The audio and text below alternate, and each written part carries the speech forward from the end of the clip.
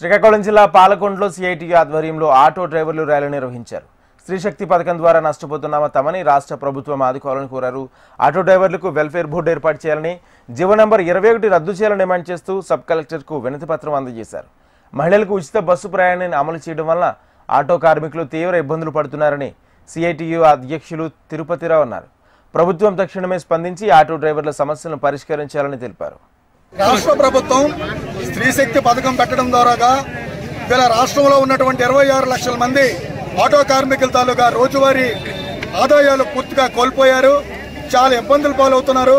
ఇప్పటికే కుటుంబాలకి రోజువారీ తిండి పెట్టుకోవడం కూడా కష్టమైనటువంటి పరిస్థితి ఏర్పడింది. ఇలా రాష్ట్ర ప్రభుత్వం స్త్రీశక్తి పథకం పెట్టడం మాకు అభ్యంతరం లేదు.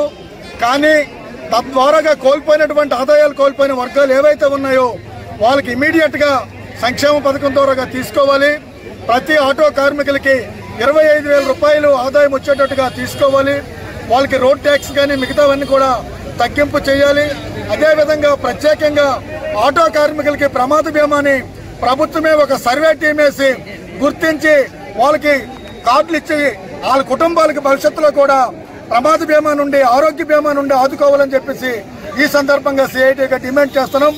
ఈ డిమాండ్ని కానీ ప్రభుత్వం వారం 10 రోజుల్లో కానీ పరిష్కారం చేయకపోతే భవిష్యత్తులో పెద్ద ఎత్తున ఆందోళనకి సిద్ధమవుతాం. దానికి ప్రభుత్వమే పూర్తిగా బాధ్యత వహించాలని చెప్పేసి